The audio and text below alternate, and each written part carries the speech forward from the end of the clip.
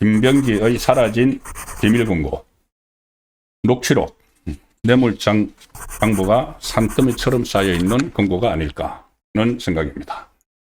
자, 이렇게 금고가 사라지고 하기 때문에 경찰이 제대로 제때 수사를 안 해서 이런 일이 벌어지니까 특검을 해야 된다는 말씀을 드리기 위해서 이 내용도 소개를 드립니다. 자, 중앙일보 기사를 가지고 설명을 드리죠. 중앙일보 조금 전에 나온 기사입니다. 강선우의 1억, 김경 재소환, 넉장 수색에 사라진 비밀금고. 저런 비밀금고라고 이름까지 언론에 붙일 정도 되면은 그 안에 많은 증거물들이 들어가 있을 텐데 그걸 확보를 안 하고 있다가 사라져 버렸다. 일단 김경 3일 만에 다시 불러 조사를 했다. 3일 만에 미국에서 귀국 직후 한 3시간 30분 하다가 또 보내줬죠. 그리고 3일 만에 다시 불러서 조사를 하고 있고, 김병기 법인카드 유용 의혹 등을 무마한 혐의, 전직 동작경찰서장, 경찰서 수사팀장, 또 전직 보좌관 계속 소환을 합니다. 소환합니다. 13개 혐의가 있으니까는 소환을 하고 보내주고 소환을 보내주고 하는데,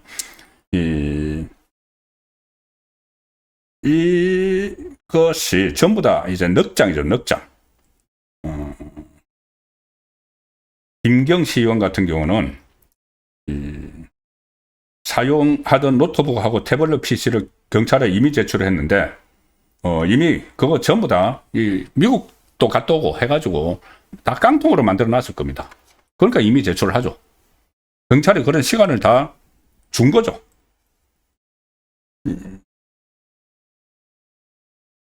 이 상황에서 비밀금고 이야기가 나옵니다. 비밀금고가 뭐냐면은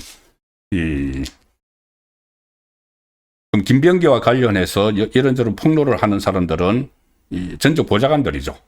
그때 6명이 단톡방을 만들어 가지고 김병기 부부 뒷담화를 하는 것이 이제 걸려 가지고 전부 다 잘라버리니까 그 전직 보좌관들이 이런저런 이야기를 언론에 자파 매체에 해서 이게 시작이 된 겁니다.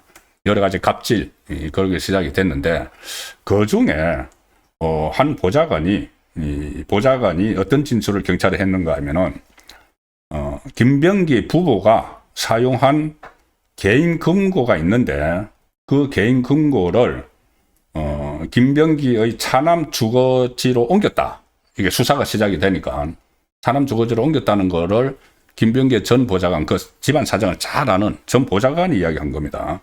그래서 그렇다면 해당 금고에 이 김병기와 주변을 상대로 제기된 여러 의혹의 실체를 규명할 실마리가 담긴 물증이 있다. 이렇게 경찰은 의심을 했는데, 그런데 워낙 늦게 지금 차남 집도 압수수색을 했는데 못 찾았다는 겁니다. 압수수색을 했는데 못 찾았다. 이 김병기 집하고 차남 집이 뭐 차로 한 2분 거리인데, 이제 그 차로 2분 거리에 있는 거를 옮겨 놓은 거죠. 그 안에, 비밀금고 안에 뭐가 있을지, 지금 가령 뭐 공천 뇌물로 받은 돈이 막 쌓여 있는지 있을 수도 있고, 또는 어떤 공천 뇌물 받은 장부 같은 게 있을 수도 있죠. 장부. 그때 구의원들이 보면은 돈을 뭐 2천만 원 줬다가 돌려받고 1,000만 원 주는데, 이것은 뭐 너무 작다 해서 다시 돌려받았는데 다시 달라고 해서 줬다 하니까 장부도 있을 수 있습니다. 여러 가지. 쭉 공천 뇌물을 계속 받았으니까는. 그런 것도 있고, 뭐 현금 다발이나 아니면은 뭐 기중품이나, 또는 녹음 파일 같은 것도 있을 수 있죠. 김병기가 워낙 이것저것 다 녹음을 했으니까. 그래서 그거를 확보를 해야 되는데, 이 비밀금고가 가로 세로 한 1m 정도 크기라고 합니다. 상당히 큰 거죠. 금고 치고는 1m씩이니까. 그게 그러니까 판도라의 상자가 될 수 있는데, 그 판도라의 상자를 확보를 해야 된다고 보좌관이 이야기를 해줬는데, 그거를 압수수색을 해보니까는 없어져 버렸다. 그래서 이 해당 금고가 이게 판도라의 상자가 될 수가 있었는데, 넉장 수사를 하느라고 다 어디로 갔는지 지금 모른다는 이야기입니다. 자, 이게 이것 외에도 경찰이 작년 12월 31일에 서울청에 사건이 배당된 후에 14일 만에 첫 강제 압수수색에 나선 겁니다. 2주일 만에. 다 감출하는 거 전부 다 시간 다 준 거죠. 증거인멸 정황이 연달아 포착됐고 그 후에 압수수색이 이뤄졌다. 김병기 일거수 일투족을 깨고 있을 수행비서가 텔레그램 메시지를 탈퇴한 후에 재가입했다.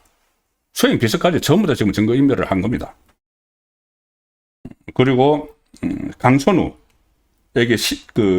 공천 대가로 1억 원을 건넸다가 돌려받았다고 주장하는 김경도 경찰 수사가 시작되고 나서 미국으로 출국했다가 돌아오고 미국에 열흘 넘게 머물면서 텔레그램 메시지 탈퇴, 재가입 반복하고 카카오톡 계정도 재가입하고 전부 다 지금 증거 다 없애고 있고 그 김병거의 핵심인 비밀 공고라는 것도 분명히 보좌관이 저 안에 모든 게 들어있어. 저것만 확보하면은 쏟아질 거야, 물증이.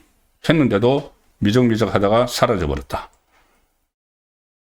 그러면은 경찰에게 더 이상 수사를 맡길 수가 있겠습니까? 못 맡기죠.